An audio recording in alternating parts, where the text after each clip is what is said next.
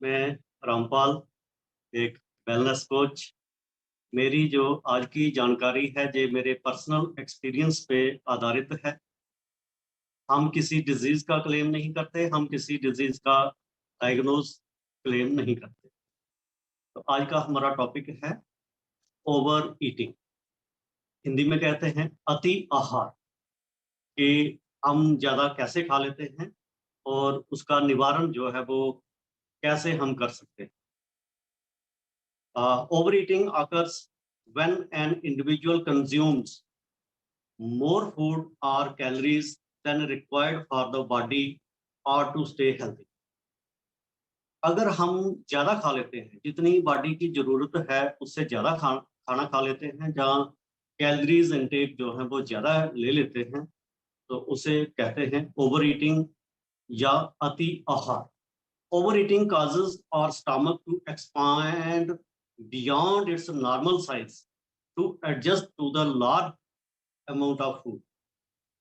हमारी स्टमक जो है बैलून की तरह है, ज़्यादा खाते हैं तो वो फूल जाती है और जो दूसरे ऑर्गन्स होते हैं उन पे भी वो प्रेशर डालती है। The expanded stomach pushes against other organs making us uncomfortable.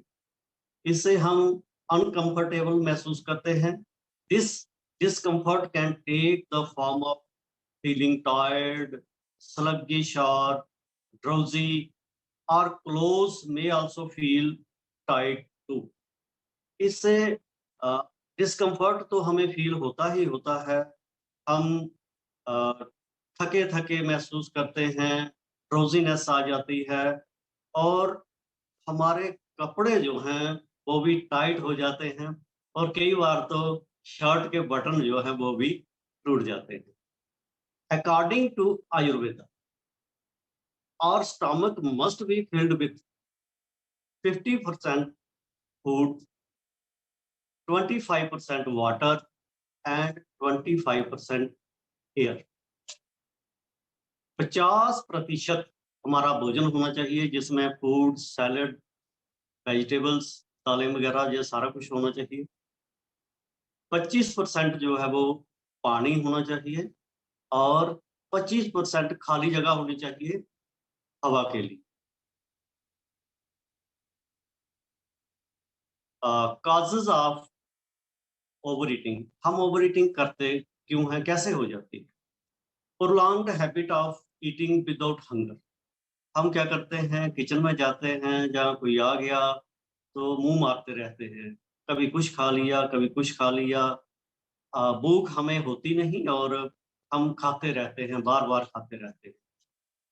Variety eating, कई बार घर में बहुत सी डिशेस बनी होती हैं, उनके टेस्ट के चक्कर में हम ओवर ईटिंग कर लेते हैं।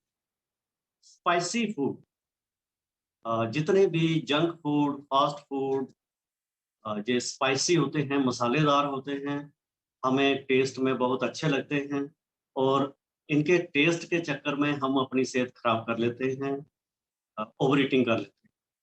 डेजर्ट आफ्टर मील्स, बहुत से लोगों को आदत होती है कुछ ना कुछ खाने के बाद, मील के बाद मीठा खाने की। उसमें हम मिठाई खा लेते हैं, आइसक्रीम खा लेते हैं, रसगुल्ले, गुलाब जामुन, ऐसी चीज़ें खा लेते हैं, तो उससे भी ओवर ईटिंग हो जाती है।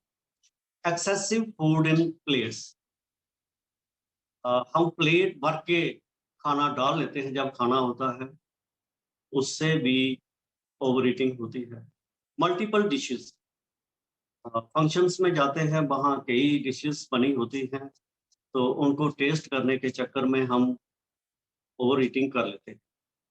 Eating while being distracted like while watching TV और मोबाइल फोन। डिस्ट्रैक्शन, खाने के समय हम डिस्ट्रैक्टेड हो जाते हैं, टीवी लगा होता है, टीवी भी बात कर रहे हैं और खा रहे हैं, मोबाइल देख रहे हैं, खा रहे हैं, और कोई मनोरंजन के साधन जो हैं या बातें कर रहे हैं आपस में, तब भी हम ओवर ईटिंग कर लेते हैं। ईटिंग टू क्विकली, कई बार हम अ, जल्दी कहीं जाना होता है तो जल्दी जल्दी खाना खाते हैं, उससे भी ओवर ईटिंग हो जाती है। नो प्रॉपर ईटिंग शेड्यूल, अगर हमारा शेड्यूल प्रॉपर नहीं है, कब खाना है, क्या खाना है, तो इससे भी ओवर ईटिंग हो रही है। तो ये कुछ कारण मैंने बताए हैं, और भी हैं, लेकिन वो बाद में बताएंगे। अब इसके हार्मफुल इफेक्ट्स क्या होते हैं? ओवर ईटिंग तो हमने कर ली, तो क्या इसके साइड इफेक्ट्स जो है वो होते हैं? Digestive disorders, gas, acidity, blotting etcetera, काफी डाइजेस्टिव इश्यूज जो है वो हमें हो जाते हैं ओवर ईटिंग से। वेट गेन, क्योंकि हम मैक्सिमम लोग इसमें जो है वो वेट गेन वाले हैं। तो वेट जब हम एक्स्ट्रा कैलोरी ले लेते हैं तो वेट गेन होना जो है वो स्वाभाविक ही है। इम्बैलेंस्ड रेस्टिंग मेटाबॉलिज्म, हमारी हेल्थ जो है वो रेस्टिंग मेटाबॉलिज्म पे बड़ा ज़्यादा निर्भर करती है। तो जब ओवर ईटिंग हो जाती है तो उससे हमारा मेटाबॉलिज्म रेट जो है वो भी गड़बड़ कर जाता है।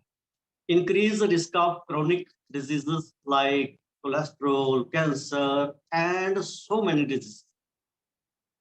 ओवर ईटिंग से ये बहुत सारे हेल्थ इश्यूज जो है वो हमें आ सकते हैं। डिसरप्टेड हंगर रेगुलेशन, हम खाते जाते हैं, भूख हमें लगती नहीं, ये भी एक कारण होता है over eating. Impairs brain function, कहा गया है कि जैसा अन्न वैसा मन। ओवर ईटिंग करते रहेंगे तो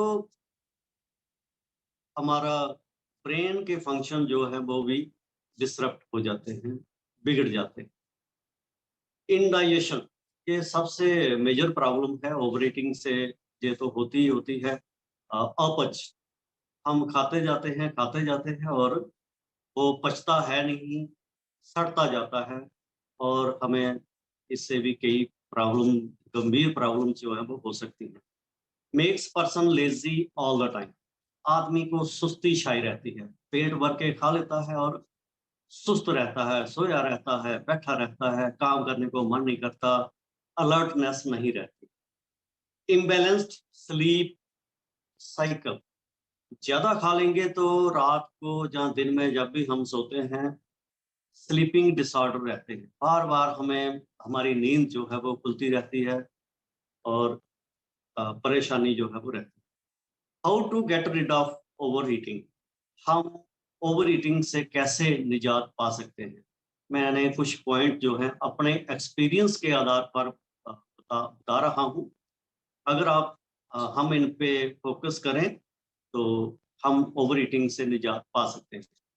focus on your portion size, जब भी हम खाना खाते हैं तो हमें अपनी बॉडी की नीड के मुताबिक खाना है। हमारी बॉडी की कितनी जरूरत है, हमें उतना ही खाना। Eat slowly, take at least 20 to 30 minutes to finish a meal.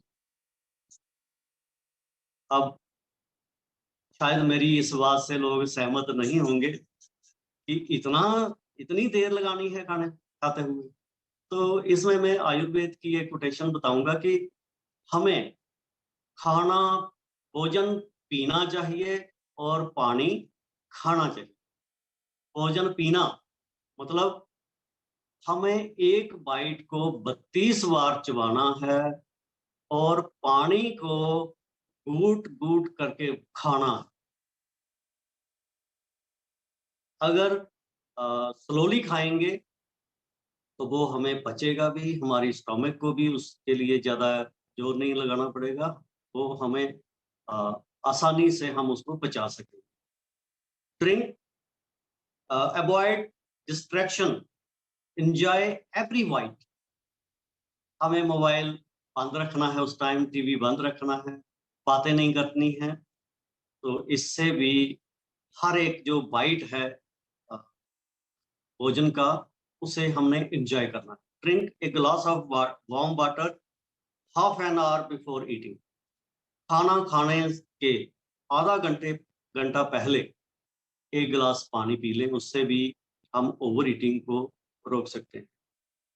Eat plenty of salad before meals, खाना खाने से पहले काफी मात्रा में अगर हम सैलेड या फ्रूट खा लेंगे पेट मतलब आधा उससे भर जाएगा, स्टमक हमारी, फिर हम ज़्यादा ओवर ईटिंग नहीं कर सकेंगे।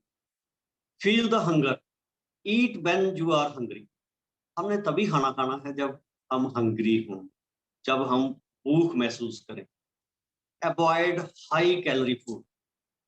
आजकल junk food, fast food, sweets इसका ज़माना है। तो अगर हाई कैलोरी फूड्स को हम अवॉइड करेंगे, तो भी हम ओवर ईटिंग से बच सकते हैं।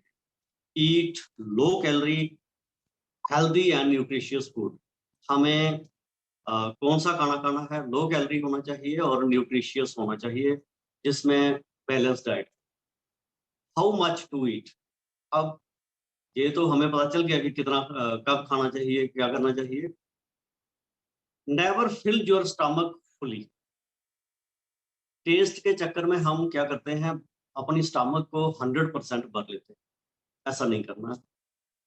हमें कितना भरना है? Always eat up to 80% of your appetite. जितनी हमें भूख है उसका हमने 80% खाना है। मतलब अगर 4 चपाती हम खाते हैं, 4 चपाती की भूख है, तो हमने 3 खाना।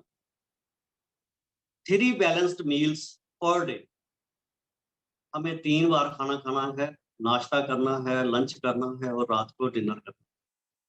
और बीच में 2 स्नैक्स हम ले सकते हैं, जो हेल्दी होने चाहिए, 150 और 200 कैलोरी के।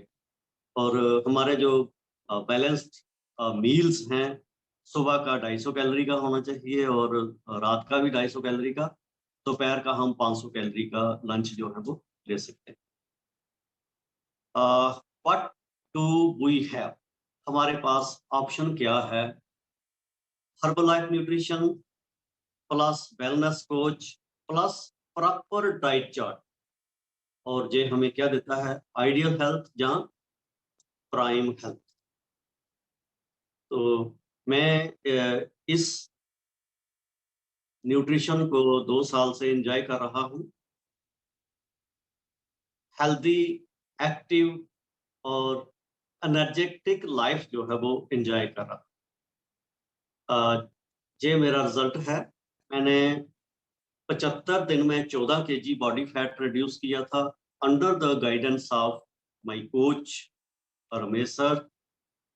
मेरी वाइफ ने अभी तक 12 टू 14 केजी रिड्यूस किया है, मैंने 18 केजी रिड्यूस किया है। और कई हेल्थ इश्यूज जो ओवर ईटिंग की वजह से होते थे, उनसे निजात पा ली है। और लोगों को भी इन हेल्थ इश्यूज जहाँ ओवरवेट की वजह से जो प्रॉब्लम्स होती है उनकी हेल्प कर रहे हैं। इसके लिए मैं थैंक्स करूँगा अपने जितने भी यहाँ पे कोचेस हैं। इस मॉर्निंग एंड इवनिंग सेशन